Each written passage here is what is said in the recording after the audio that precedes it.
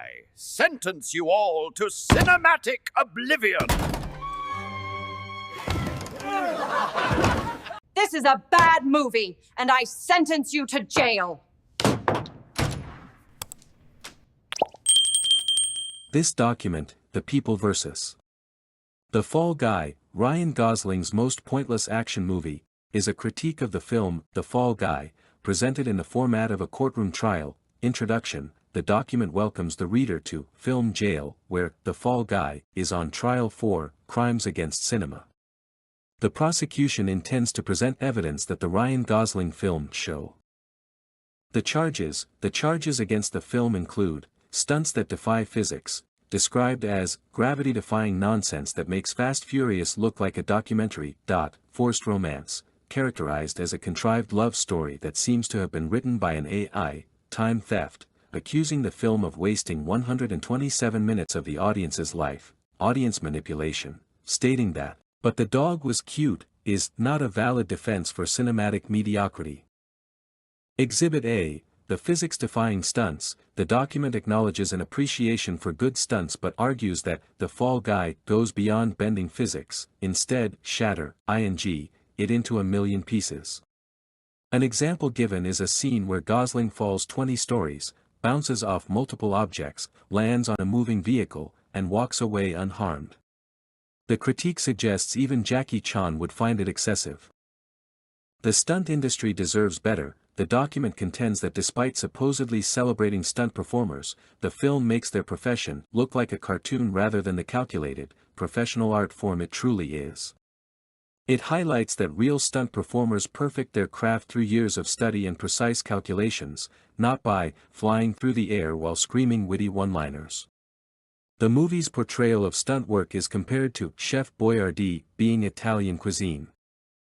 Exhibit B, the romance that no one asked for. The romance in the film is broken down into a predictable four-step process: meet cute, two attractive people meet and will obviously fall in love because movies. Manufactured conflict. A simple misunderstanding is stretched into 45 minutes of screen time. Dramatic reunion. The couple reconciles during an action sequence, implying that narrowly avoiding death together signifies love, happily ever after. The audience anticipates a completely predictable ending. The critique questions if Hollywood is aware of other types of relationships beyond initial dislike between attractive people. The Ryan Gosling paradox. The document expresses frustration, acknowledging Ryan Gosling's talent in films like Drive, La La Land, and Blade Runner 2049. It questions why he would waste his talents on a script that feels like it was written on a napkin. This is likened to Gordon Ramsay flipping burgers at McDonald's, suggesting Gosling should aim higher. Exhibit C, the time theft. The film is accused of time theft, detailing the following: 127 minutes lost, over 2 hours of finite existence that cannot be regained, $15 ticket cost. The price of admission could have bought several good books or a decent meal. That 0 plot twists. The film offered no surprises or original storytelling. 42 better films. The number of superior action movies that could have been watched instead. The dog defense. The document identifies the cute animal as the last refuge of a bad movie. It notes the curious phenomenon of the dog defense, where a cute dog distracts from flaws.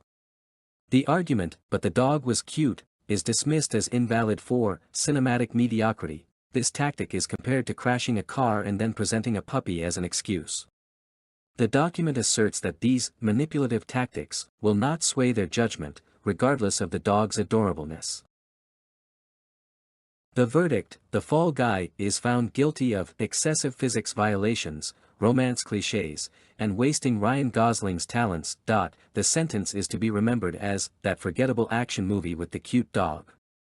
The jury reached a unanimous decision in 5 minutes, and not even the cute dog defense could save this film.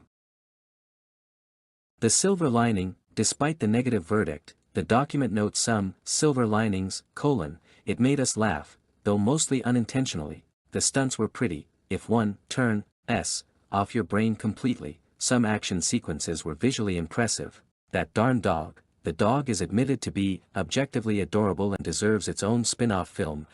The document concludes by stating they will put another Hollywood blockbuster on trial next week, emphasizing that justice for cinema never sleeps.